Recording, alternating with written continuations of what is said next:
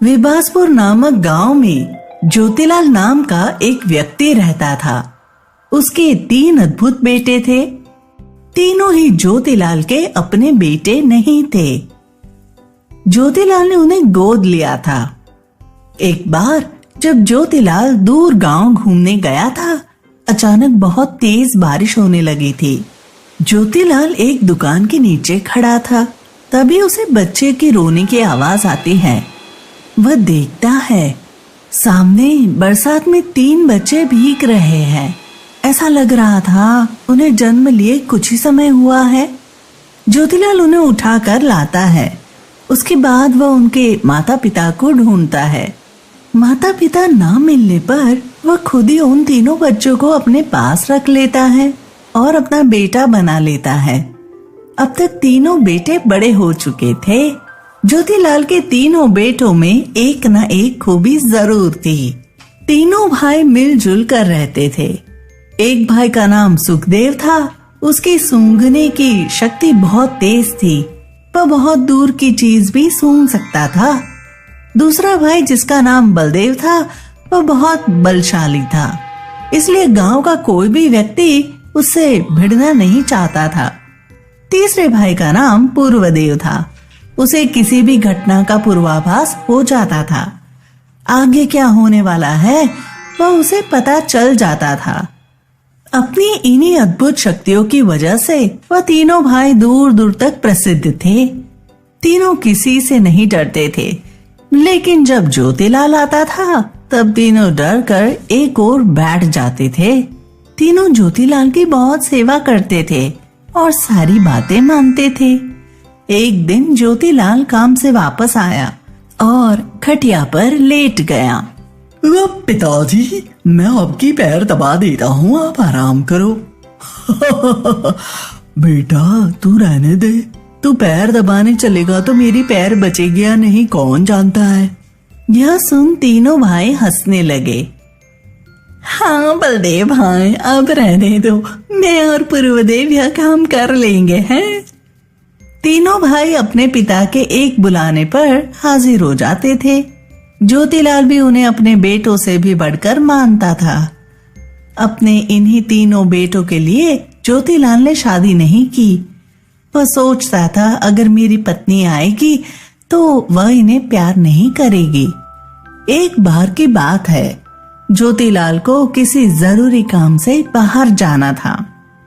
ज्योतिलाल अपने तीनों बेटों को बुलाता है और कहता है, मुझे कुछ दिनों के लिए बाहर जाना है। तुम तीनों मिलजुल कर रहना और गांव में किसी को परेशान मत करना। अब जी पिताजी। ज्योतिलाल घर से निकल जाता है। कुछ घंटों बाद पूर्वदेव बहुत परेशान हो जाता है। अब भाइयों, मुझे लगता है कुछ बुरा होने वाला है। क्या बुरा होने वाला है भाई? मुझे ऐसा आभास हो रहा है कि पिताजी पर कुछ परेशानी आने वाली है। सभी भाई सतर्क हो जाते हैं। सभी पूर्वदेव को और सोचने को कहते हैं जिससे और बातें पता लगाई जा सके। काफी देर ध्यान करने के बाद पूर्वदेव ने कहा, अब पिताजी का अपहरण हो गया है। कुछ गुंडों ने उन्हें अगवा कर लिया है और वो उन्हें बांध कर रखे हुए हैं। तीनों भाई तुरंत ज्योतिलाल की खोज में निकल जाते हैं और साथ ही साथ पूर्वदेव अपनी शक्तियों से यह पता लगाने में लगा था कि गुंडों ने ज्योतिलाल को पकड़कर कहाँ रखा है। पूर्वदेव अपनी शक्तियों से आभास कर सभी भाइयों को रास्ता दिखाता जा रहा था। काफी समय तक चलते रहने के बाद उन्हें एक गुफा दिखाई देता है। गुफा के बाहर कुछ डाकू खड़े थे। उन्हें देखकर तीनों भाई छुप जाते हैं। सुखदेव ने पूर्वदेव से कहा, अब पूर्वदेव है, पता करो क्या पिताजी को इन्हीं लोगों ने अपहरण कर रखा है। जैसे ही पूर्वदेव ने ध्यान लगाया, उसने पिताजी को देखा। पूर्वदेव ज्योतिलाल की छवि देखते ही खुशी से चिल्ला उठा, पिताजी, हाँ, इन लोगों ने यही पिताजी को छुपा कर रखा है। पूर्वदेव की चिल्लाने की वजह से डाकुओं को उनके वहां होने का पता लग जाता है और वे दौड़कर वहां आते हैं और तीनों भाइयों को पकड़कर अपनी गुफा में ले जाकर ज्योतिलाल के साथ बांध देते हैं। ज्योतिलाल को देख तीनों भाई बहुत खुश होते हैं। मुझे यकीन था मेरे तीनों बेटे मुझे जरूर ढूंढ लेंगे। पिताजी, आप कैसे हैं? और ये लोग आपको क्या यहाँ बांध कर रखे हुए हैं? क्या बताऊं बेटा, मैं तो सिर्फ इधर से गुजर रहा था, तभी इन लोगों ने मुझे पकड़ लिया और मेरे पास जितने पैसे थे वो भी ले लिया। अब यह मुझे मारने वाले हैं। फिक्र मत कीजिए पिताजी, हम आ गए हैं ना। मैं देखता हूँ मेरे रहते आखिर आपको कोई हाथ तक कैसे लगाता है। डाकू ने तीनों भाइयों को भी ज्योतिलाल के साथ बांध दिया। कुछ देर बाद वे डाकू बाहर जाकर कुछ खाने का सोचते हैं। हम कहीं जा नहीं रहे। तुम चारों ज्यादा समझदार बनने की कोशिश मत करना, वरना सबसे पहले इस बुड्ढे को ही मारूंगा। यह सुनते ही बलदेव का क्रोध अत्यधिक बढ़ जाता है। अगर असली दम दिखानी है तो पहले यह हाथ खोल दे, उसके बाद बताता हूँ। पूर्वदेव बलदेव को शांत करवाता है।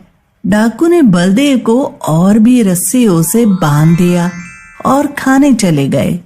उनके जाने के बाद पूर्वदेव ने सुखदेव से कहा, अब यह पता करो सुखदेव, आखिर यहाँ से कितनी दूरी पर खाने का दुकान है? हाय। सुखदेव ने अपनी सूंघने की शक्ति से यह पता लगाया कि यहाँ से 1 किलोमीटर की दूरी पर ढाबा है। यह सुनते ही तीनों समझ गए उनके पास ज्यादा समय नहीं है, उन्हें जल्दी यहाँ से निकलना होगा। तभी तुरंत बलदेव ने अपना बल लगाया और अपनी रस्सी तोड़ दी। फिर बारी बारी से ज्योतिलाल और बाकी भाइयों की भी रस्सी तोड़ दी। इतने में ही पूर्वदेव ने पता लगा लिया कि डाकू कुछ ही दूरी पर है। यह सुन ज्योतिलाल घबरा गया कि अब फिर से वह हमें जाने नहीं देंगे। इतने में ही वहां पर डाकू आ जाते हैं। हमने तुम सब से कहा था ना कि हमारे साथ चालाकी नहीं करना, लेकिन तुम लोग नहीं माने।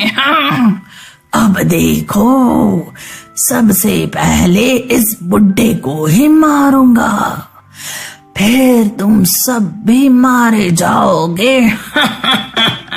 लेकिन पहले ये बताओ, हमने तो तुम सभी को इतनी जोर से बांध रखा था, फिर तुम सब आखिर निकल कैसे गए? हाँ। इतना कहते ही बलदेव बीच में बोल पड़ा, वो कोई बात नहीं, उस वक्त नहीं पता चला तो क्या हो गया, अब तो पता चल जाएगा ना। बलदेव ने पूरी ताकत लगाकर डाकुओं को मारना शुरू कर दिया और उनकी हालत खराब कर दी। फिर पूर्वदेव के द्वारा बताए जाने वाले रास्ते पर निकल पड़े और वापस अपने घर पहुंच गए। घर पहुंचने पर ज्योतिलाल ने अपने तीनों बेटों को गले लगाते हुए कहा, आखिर कौन कह सकता है तुम तीनों मेरे बेटे नहीं हो? तुम तीनों तो अपने से भी बढ़कर हो। जरूर मैंने बहुत ही अच्छा काम किया होगा जो मुझे तुम तीनों जैसे बेटे मिले। तीनों भाई कहते हैं, नहीं पिताजी, हमने कुछ अच्छा किया होगा जिस वजह से आप हमारे पिता हैं, आपके जैसा कोई नहीं। हाँ पिताजी, एक बात याद रखना, आप तक आई कोई भी मुसीबत को हम तीनों से होकर गुजरना होगा, और जब मुसीबत हम तक आएगी तो वो हम आप तक कभी पहुंचने ही नहीं देंगे। अरे अरे, अब बस भी करो तुम लोग। देखो मैं बिल्कुल सुरक्षित हूँ, तुम तीनों के सामने खड़ा हूँ, हैं? हाँ भाइयों, छोड़ो इन सब बातों को, हैं? चलो आज कुछ अच्छा बनाकर खाते हैं। अब सभी वापस पहले की तरह खुशी खुशी रहने लगते हैं।